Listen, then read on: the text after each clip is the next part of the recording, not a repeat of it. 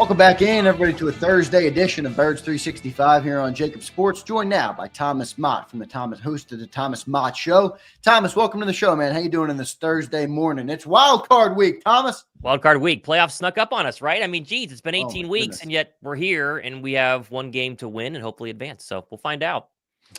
Yeah, it hasn't snuck up on me, Thomas. And in fact, it's waiting too long. I got to get here. I got to get to this game, especially after that week 18 game. Boy, that was tough to get through. But the playoffs are here.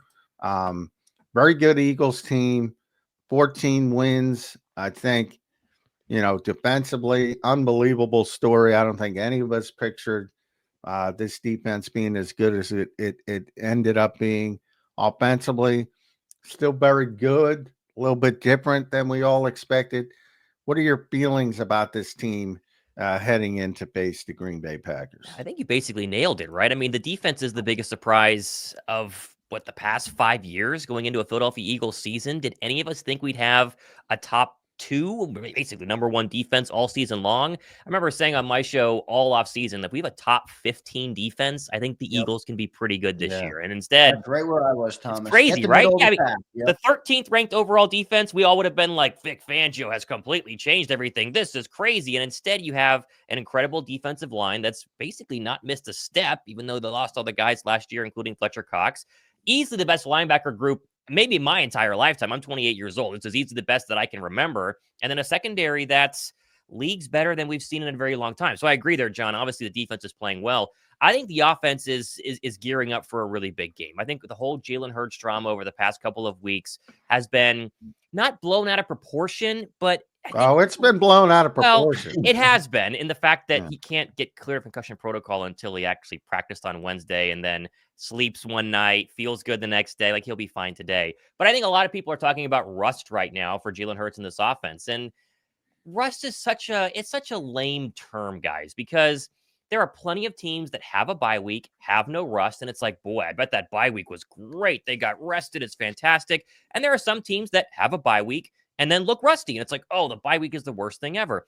This Philadelphia Eagles team, I think, is built to not have any sort of rust because, Saquon Barkley in the offensive line, even if it takes Jalen Hurts a quarter to get the rust off of him or shake the rust off, they can run the football 10 times in the first quarter. Saquon can break a couple for 20, 25 yards, and the offense is going to hum, get in a field goal range, go up 3-0, or maybe even score in the red zone. So I feel confident. I don't know if I'm too confident, overly confident for this game, but the Eagles, to me, match up very well with the Green Bay Packers, and I think they're going to hang 30 on them on Sunday. Wow, 30 is a big number, Thomas. And I'm going to push back on you on one thing, all right? And I've been saying this to everybody, Thomas, and you'll be able to resonate with this example. If you didn't do an episode of the Thomas Mott Show for 3 weeks, are you telling me you'd step back into the chair and you would sound as good as you did 3 weeks ago and you'd edit it as good as you did? Sure. I mean, come on, 3 weeks off is a long time, Thomas. Maybe. I'm not saying it's going to be a big issue, but I'm saying I think there could be something to watch there, and it might change how the Eagles come into the game, approach it game plan wise. And you said it, maybe rely on Saquon early. I think it all depends on what Jalen Hurts has actually been doing the past couple of weeks, right? I think a lot of people hear concussion protocol and they think that he's just in a dark closet somewhere, with glasses on, barely moving, and just trying to sleep through this whole thing. It's like, and I thought that there was a really great report, I forget who it was, a couple of days ago, where they run into Jalen Hurts in the hallway, and it's like normal Jalen Hurts, the NovaCare complex. He's got a smoothie, chat with Kenny Pickett. He's been doing everything that a starting quarterback can and is allowed to do, minus the on-the-field stuff. And so if there's rust there, maybe. But I go back to 2022 when he has the shoulder injury versus the Chicago Bears.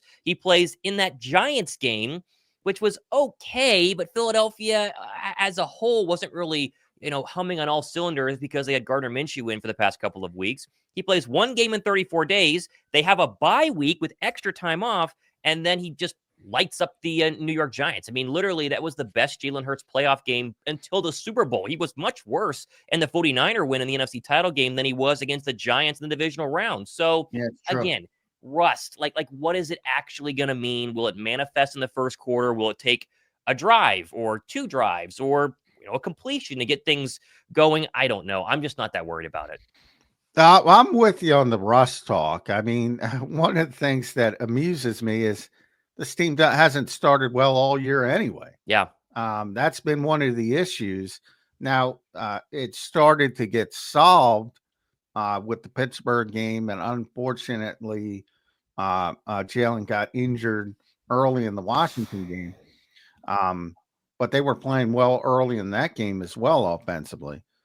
So it seemed like they were turning the corner, and that got chopped off at the knees when it came to starts. So you might have a bad start, but that's been typical of the Eagles all year, Sure. offensively. So I would argue that point. One of the issues I have with Kellen Moore, and I think these two teams are eerily similar offensively, because I have the same problem with Matt LaFleur. These guys should know Kellen. I mean, Kellen was a big time quarterback. For those who don't know, in college, set records. Quarterbacks got to get in a rhythm. You hear Tom Brady say it all the time. Got to get in a rhythm. The Eagles don't try to get Jalen Hurts in a rhythm early in games. It doesn't seem that way. Same thing with the Packers and Jordan Love.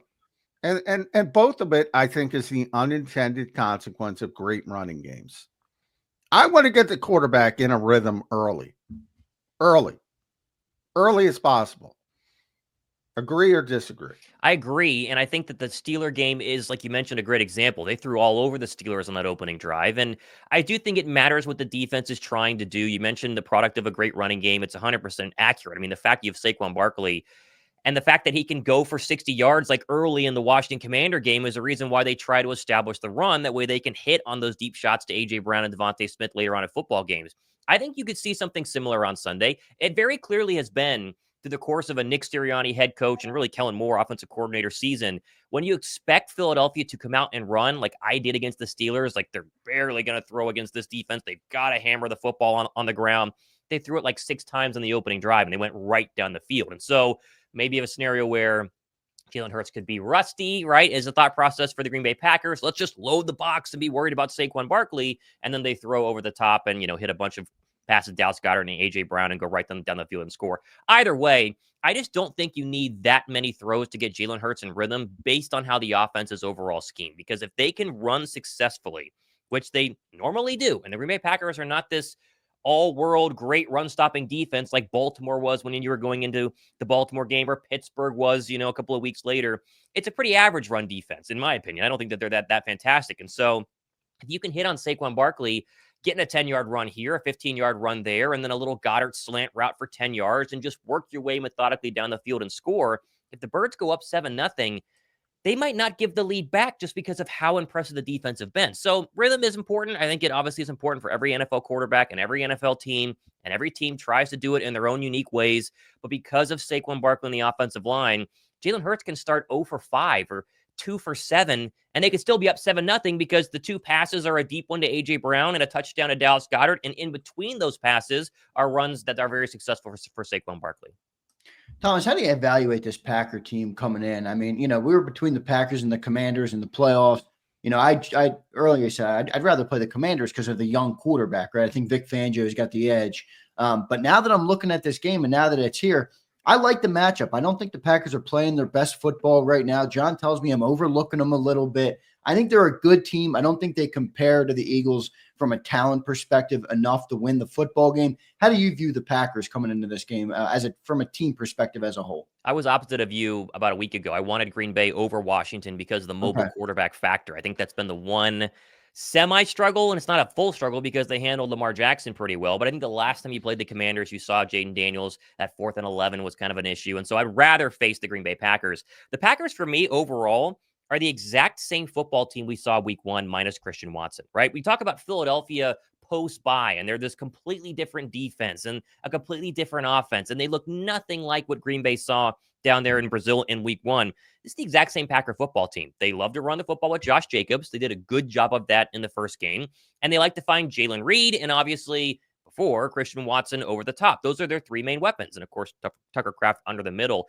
I'm just not that scared of them because of Jordan Love. And I don't want to undersell Jordan Love and pretend like Jordan Love is some 21st ranked quarterback in the NFL. He's very good. I think he will be very good over the course of his career.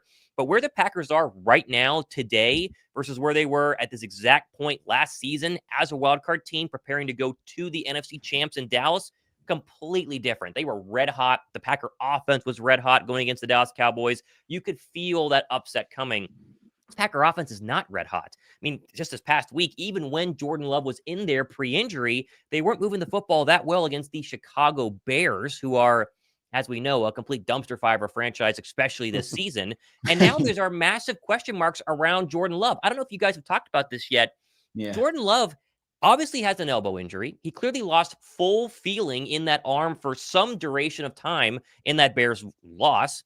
And then yesterday at practice, as John knows, when he watches the Philadelphia Eagles at practice during the week, you get to watch them warm up. You know, Jalen will do some throws, they'll do some handoffs, single individual drills, and then they cut things off for the media. Same thing for the Packers. And yet yesterday, they hid Jordan Love throwing at all from the Packer media. No Packer media member was allowed to watch Jordan Love throw, which is either some weird 4D chess and they're trying to pretend like he's more hurt than he is, or it is what it is, and he has no ability to throw or some lessened ability to throw right now, and he's not 100%. So I think it's being grossly overlooked by everyone in terms of Jordan Love's health. Can he get healthy by Sunday? Sure. But it's very odd, John. I think you would agree, not allowing him to throw in front of the media on a Wednesday before a wild card playoff game. I agree. No, it's very strange. And, you know, I go through the same. I think it's very strange what the Eagles did with Jalen Hurts with this concussion protocol. I think it's ridiculous. But these teams believe they're in high-level CIA subterfuge. Seems that way. You know, it's ironic because they did hide him from the media, as you mentioned. He also talked. He did talk. Yeah. I mean, it was very short. It was like, are you okay? He's very He's short. Like, yeah. Yeah. Are you going to throw? I hope so. Yeah. I got the transcript. It's numbness go away in your hand. Yep. How soon after the game ended? Pretty much by the next day, I was pretty much feeling back to normal the next morning. Grip on the ball felt fine. Yep. Funny bone. Yeah. Nothing funny about it. No, definitely not. It was like AJ after the passing press conference. So yeah, if he's hurt, that's huge. I mean, if he's hurt, the Packers have no chance, right? Because Malik Willis is just so limited. But I will say this: if he is healthy, and if it was just a funny bone, and here's the number that scares me because it makes sense. If I'm an Eagles fan, it doesn't scare me, but the Eagles are, what is it, Zander? 31st in pass attempts in the NFL. Yep. They're 29th in passing yards. Makes sense. They don't throw it that much. They're at the bottom of the league. The Packers are 30th in pass attempts because all they do is run the ball, to I think their detriment. Not that Josh Jacobs is not a good player. And they are 12th in passing. 30th in pass attempts, 12th in passing. I think the Eagles are a better team. I think they're probably going to win the game, but boy, I think people are understating this Packers team. When they get going, it could be a problem. And they have so many different weapons. And I think that's another part of it. They don't have the superstars like the Eagles have the superstars. Right. But they got like 5 guys that can make plays. And they spread the football around. And they got even Luke Musgrave has been hurt all year. He's back. Tucker Kraft is a great tight end. They got Bo Melton. He's got a better 40 time than Christian Watson. I don't think anybody knows that. And he's a local kid from South Jersey. Yeah. I of all the teams in the playoffs to get in the first round, this is the most dangerous team. Doesn't mean the Eagles shouldn't win. They should win. They're the better team. But if they get hot, like Dallas saw last year, hold on to your hats. It's possible. I mean, it's definitely possible. I don't know if I'd go with most dangerous. I think Philadelphia's had a heck of a time with Tampa. If Tampa was somehow a wildcard team, I'd be terrified of Tampa coming to Philadelphia. I do think that there's something to Jaden Daniels' running ability that definitely scares me. And I would definitely take the commander weapons in Terry McLaurin and Brian Robinson Jr. over, and Zach Ertz over what the Packers currently have minus Christian Watson. And the Vikings are a massive question mark because you're either going to get go seeing Sam Darnold, or you're going to get for comeback player of the year Sam Darnold. Yeah, right. No in between there, Thomas. There's no in between. We have no clue what version of Sam Darnold we're going to get on Monday night versus the Rams. I think Philadelphia, though, they match up so well against the Green Bay Packers. And I think Cooper DeJean is a massive, massive indicator of extreme importance for Philadelphia because Jalen Reed was the X factor in that game. They ran the ball week one, well with Josh Jacobs. Didn't have a crazy Josh Jacobs game, but he ran the football very well. And Jalen Reed was their leading receiver. I mean, he got all these different slant routes, and he got obviously the touchdown, and then the run, the end around. I mean, he was going crazy on the Eagle defense, and Avonte Maddox obviously had no answer for him. And since Cooper DeJean has taken over, as you guys know, the Eagle secondary has gone from really good corners, really good safeties. Now they're elite. They're an elite secondary right now with Cooper DeJean, with the one exception being, which he told Anthony DeBona, who I think everyone should follow on Eagles Twitter. DeBona's fantastic. Told DeBona last week in the Eagles locker room, minus that 1 week versus I'm blanking on him right now. The Panther receiver. What's his name? Help me out here. The guy dropped Adam the ball. Thielen. Thank you. I was like, goodness gracious, I can't think of the name. I thought you were talking about Xavier Leggett. No. I'm thinking of Thielen. Because Thielen, who took him to school, I mean, ate his lunch. Oh yeah, right? Since then, much better. DeJean in there for this game, guys. He's going to be the one in the slot working on Reed. If they take out Jalen Reed, then who are the Packers going to throw the football to? Is it Tucker Kraft going to have a 100-yard game? Josh Jacobs, I guess, running the football, but you think Fangio probably has some ideas to keep that box tight and make sure that they force Jordan Love and whatever percent his elbow and funny bone is to throw the football to victory. Yeah. Well, the funny bone, but that's where I differ. I mean, people really don't, I think, get like Dobbs and Wicks. I mean, Wicks in the opener dropped like 3 passes. Like if he catches those passes, I mean, that's kind of how Wicks has been though throughout his career, right? He's like has all this, especially this year, all this potential, and yet it's like, when's he going to put it together for a 7-catch, 150-yard game? Yeah, but he usually doesn't drop 3 in one game. Like if you're counting on that, sure. It's the same thing as Leggett dropped the football. If you're counting on that to happen, it might happen. Great if it does happen, but it's probably not going to happen again. So I to be honest, I don't take much from week 1 on either side because of the field. And both teams, that's where I said the Packers have changed dramatically, just like the Eagles. That in fact, they're eerily similar to the point where they both gave their quarterback $50 million and scaled back so they wouldn't turn it over, which has worked. They haven't turned it over, I think, 6 or 7 games. Jordan Love hasn't thrown an interception in about 6 games. But they've become less explosive, relying on the running game. They traded Preston Smith. They're playing a bunch of different guys on the edge. Edgerrin Cooper barely played in that first game. Now he's been one of the best rookies. They've morphed a lot defensively. Don't have Jair Alexander, but they haven't had him for a while. They got the playmaker. In fact, here's my take, Thomas. Whoever of the playmakers makes the big play is going to win this game. Xavier McKinney versus CJ Gardner-Johnson. There you go. Okay. Whoever makes the big interception is going to win this game. Okay. 1-score game.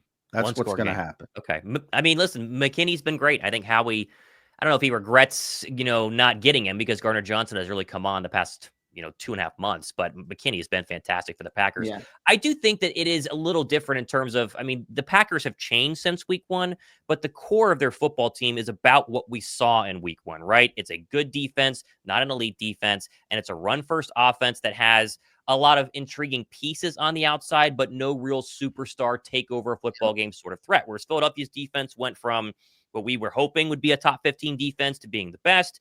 And they also have the elite running back, who I think Saquon is leagues better than Josh Jacobs. I think it is a big difference for Josh Jacobs has been great. Saquon's been, way, way better overall, way more dominant, especially in the second half.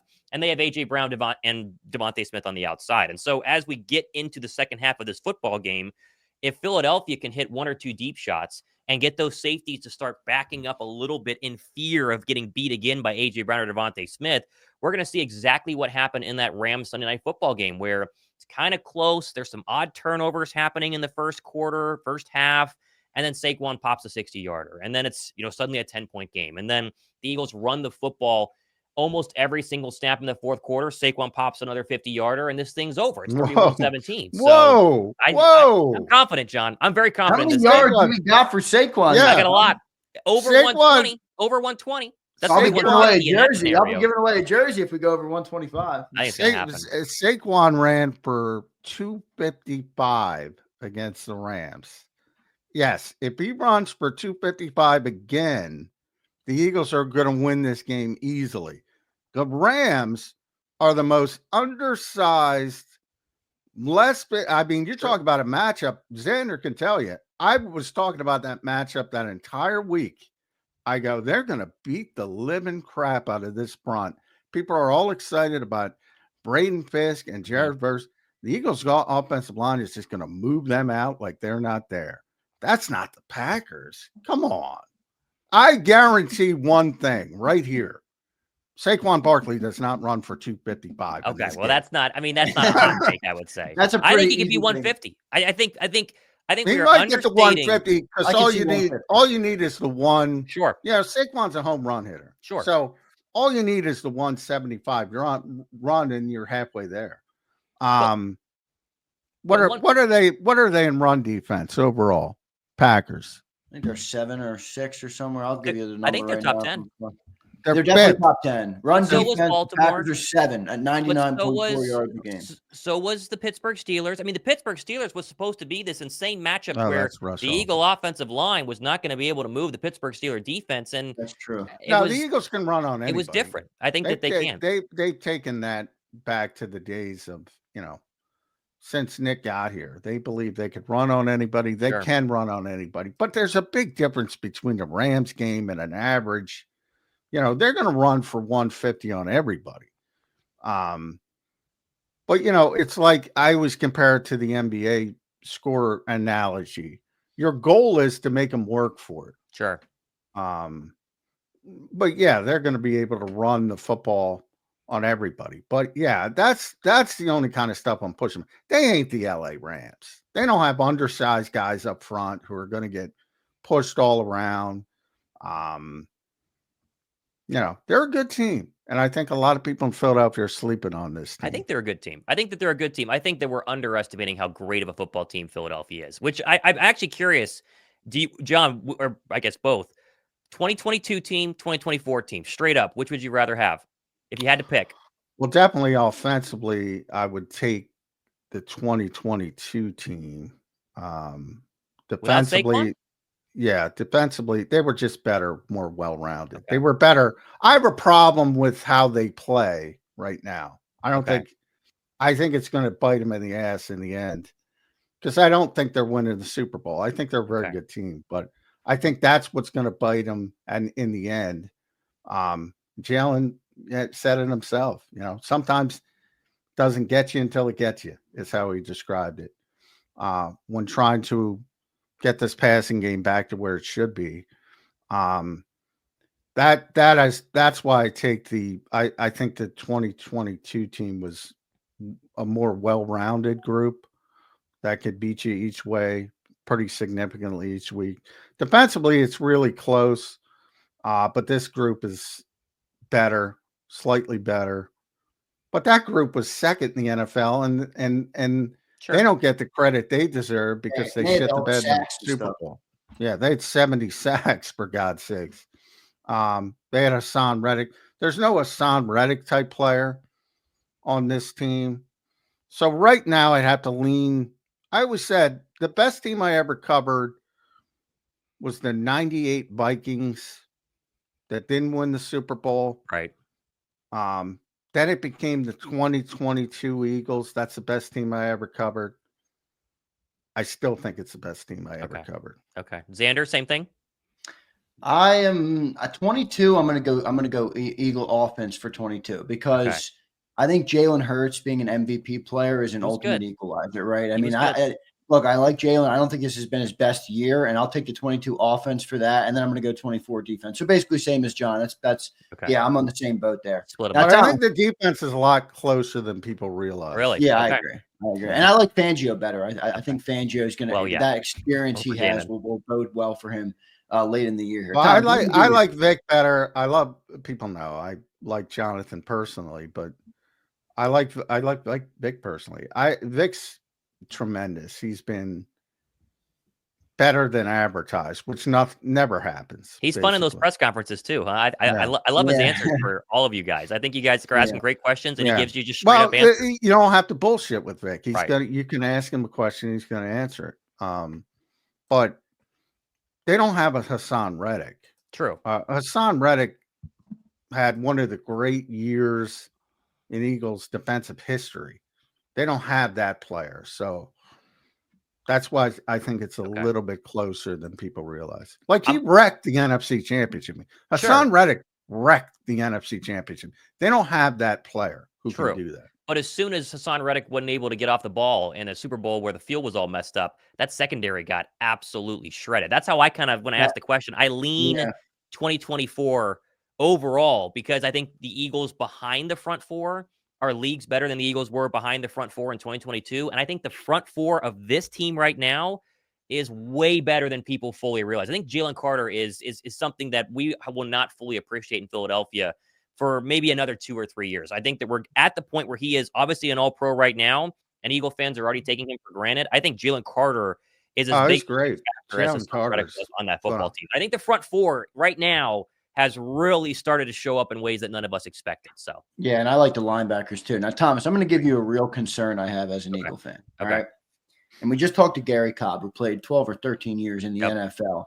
And he told the story of a 1983 playoff game where he had Joe Montana and Jerry Rice beat in the final seconds, and their Pro Bowl kicker shanked a 41-yarder, and Joe Montana and Jerry Rice went on, and Gary Cobb went home that day. So I asked him about Jake Elliott, and you can see the agony on his face still 30, 40 years later.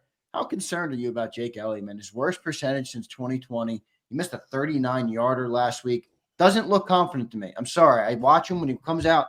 Just doesn't look like he has that Jake Elliott swagger that I think you need as a kicker. It's a skill position. It's a hard thing. Yeah.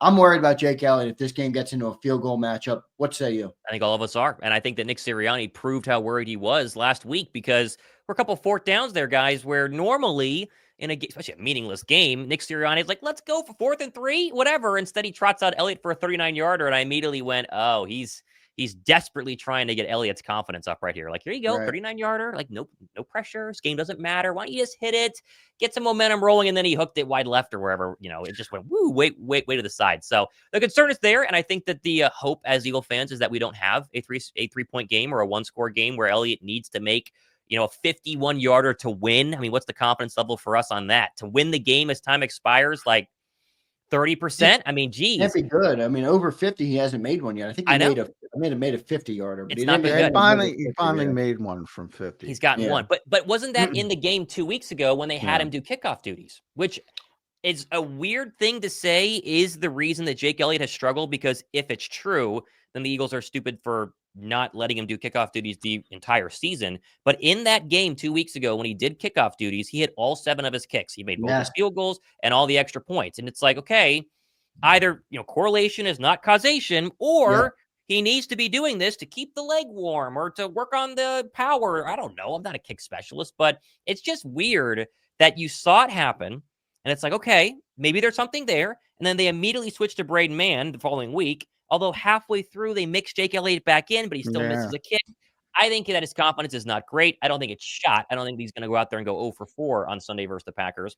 But I do think every single Eagle fan will be holding their breath every single time Jake Elliott makes a kick. And don't be surprised, guys. First drive, 4th and 3 from the 21-yard line. They trot out Jake Elliott to try to get him a early confidence booster. I don't see that. They're going for it in that situation. They might. Listen. Dan Campbell would be going for it in Detroit. Dan Campbell, yeah, oh yeah. By the way, I think that could be a silver lining for the Eagles. Excuse me. I think being more aggressive would only help. Good. So if they have less confidence and they don't want to kick the 48-yarder and go for it on 4th and 3, I think that will help. There you go. More than it will hurt. Eagles, by the way, move practice again. We'll be practicing at Lincoln Financial Field for those who care. 225 today. Is that because of the new turf, John? Is that because of the turf? No, it's because the practice fields at NovaCare are frozen. Yeah, and they got fresh sod over there at Lincoln Financial, right? There you go. So, yeah. The more all right, Thomas, give me your prediction on this game, man. I asked Gary to give me his prediction for the game and then also give me who comes out of the NFC and the AFC. So I'll do the same thing for you. Give me the prediction for Eagles, Packers, and then who will represent each conference in the Super Bowl this year. Geez, I wish I had a playoff bracket in front of me so I can make sure that I'm not messing up who could potentially play each other as I pull this up. Obviously, Philadelphia wins this weekend, guys. I as you can tell by the past 25 minutes, I'm very confident in the Eagles. I think this was the matchup that I wanted going into the first round. I didn't want Tampa. I didn't want Washington. Philly 31, Green Bay 21. I think Jordan Love's injury, whether he's better tomorrow or better on Saturday, who knows? I think it's a bigger factor than people realize. And I think Jalen's going to come out with a chip on his shoulder and be like, guys, calm down. We're going to be great. He throws well, and the Eagles win. So give me, obviously, Philly 31-21. I do think the Eagles come out of the NFC. I think it's Eagles-Lions when everything is all said and done. And I think Philadelphia is the one defense that could potentially give Detroit a little bit of trouble. Although if you can get Tampa to somehow go to the, if the Rams win, or not the Rams and the Bucks, but if Tampa could somehow go and play the Detroit Lions, that way they could just beat them down a little bit before facing Philadelphia, it could help. But Eagles come out of there.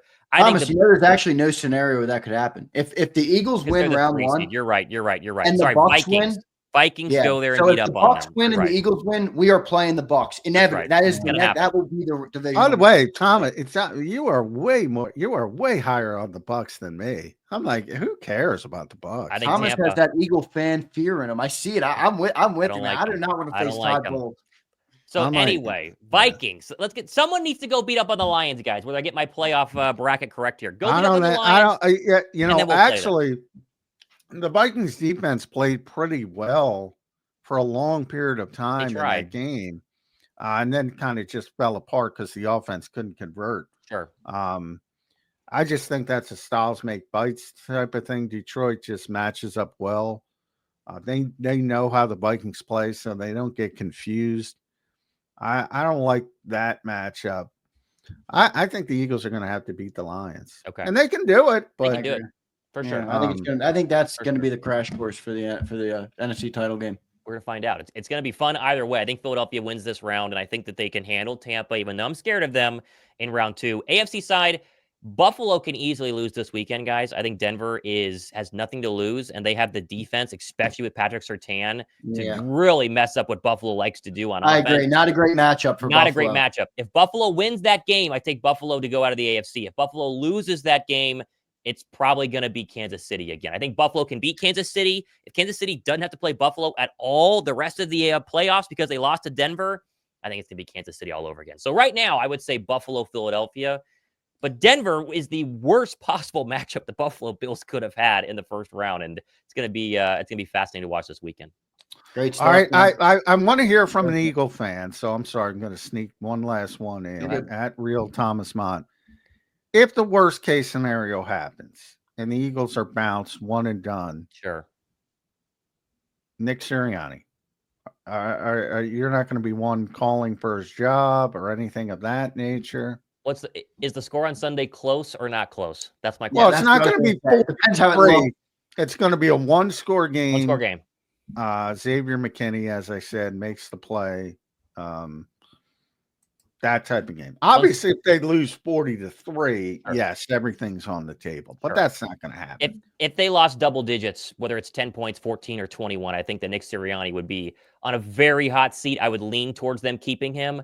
If it's a one-score game and McKinney tips a pass in the end zone and it's picked and they lose, devastating as that would be, I think that Nick Sirianni stays. I think internally, Nick Sirianni, and again, the whole question was, have the players given up last year? Do the players hate Nick Sirianni? I think this season they've done a really good job, whether they mean it or not, to change the PR around Philadelphia and be like, they love Nick Sirianni. I mean, the amount of guys that go on camera, whether they, again, are being honest or not and say that Nick Sirianni is awesome, he's so great, we love Nick Sirianni. I think Sirianni stays, and I think part of that has to do with the fact I don't think Kellen Moore gets a head coaching job because there aren't that many, right? Because Vrabel's going to take the I'm with Patriots, you so there's there. 4, Yeah, I don't and think so. Fangio's not going anywhere either. So the core around Nick Sirianni that's really, I think, reined him in on all of his antics is going to be there in 2025. So if it's 40-10, I think I'll be calling for a coaching change. If it's close, I think we would expect Nick Sirianni to stay. Yeah, I reined in his annex. I love Thomas. Reined in his annex. They All right, pretend like Thomas, they love him. Thanks for joining today, brother. Make sure everybody goes and subscribes to the Thomas Mott Show on YouTube, one of the better Eagles channels out there. Thomas, thanks for joining today, man. We appreciate it. I hope to talk to you again soon. Thanks, guys. Let's get a win on Sunday.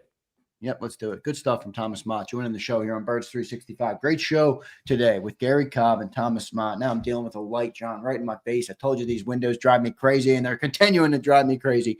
But good show today, Johnny Mac. I thought it was a good one with some good different opinions. Rein in his antics. The shit that Nick gets, it amuses me.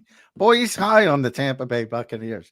I'm like, that has to be. You're sleeping on Baker, man. Baker's having a great year. Baker's having a great year. I'm not sleeping on Baker at all, but I think people are looking at last year and conflating that to this year. And the Eagles didn't have AJ Brown. They didn't have Reed Blankenship. As I said, they were on a 5 out of 6 game losing streak. They boat race that team right now. Yeah, I'm stunned that people are, and even Washington. I mean, give me Washington for the 15th time over Green Bay. And by the way, that doesn't mean that Green Bay is, again, the Eagles should win the game. They may even win it handily if Saquon does run for 255 yards. They will win it handily. But of that group, I'm not counting Minnesota because that was never in the equation. I'm saying of the teams that could potentially be in the equation, yeah, by far Green Bay's the one I would least like to see over Washington and Tampa. All right, but Tampa would have never been in the equation either because they were going to win the division. But you get the point. I get it. Johnny Mac, what's the agenda? You mentioned when Thomas was on a little change in the scheduling. What do we got going on in Eagle Land today? What updates can we expect coming out of the NovaCare, I guess, Lincoln Financial Field today? Just the usual practice. Jalen Hurts will be at practice. He's fine. Then I imagine he'll clear today and speak to us on Friday. So that'll be a bigger Friday than usual from that perspective. But today, and then locker room is later this afternoon after practice. So talking to more players and gearing up for the big game that is evidently going to be very, very easy. I'm ready to go, Johnny Mac. John, great show today. I want to remind everybody before they get out of here, we got a giveaway today on JAKIB Sports with another jacket. So stay tuned for a little after hours here on Birds 365. We'll be doing a giveaway of the Eagles starter jacket, which I'll show you in just a second. But all right, John, good show today, man. It's getting closer. We'll have a football Friday tomorrow, and we'll give our picks and our predictions on every playoff game tomorrow. And then, John, are you watching the college football playoff tonight with Penn State and Notre Dame? Probably, unless Penn State starts to win early. I can't take the Penn State. It's ironic because I'm with you on this, man. I said, a lot of people hate both of these schools because they're both blue bloods, whatever you want to call it. Right. There's a lot of, Dallas Cowboy-like fans for Notre Dame and that type of thing. But because I'm around so many Penn State people, and I also like Marcus Freeman. I just like him. I don't know him, but he seems like a good dude. But I also like him. So, yeah, I can't stand the Penn State people. So I can't root for Penn State. I'm with you on this.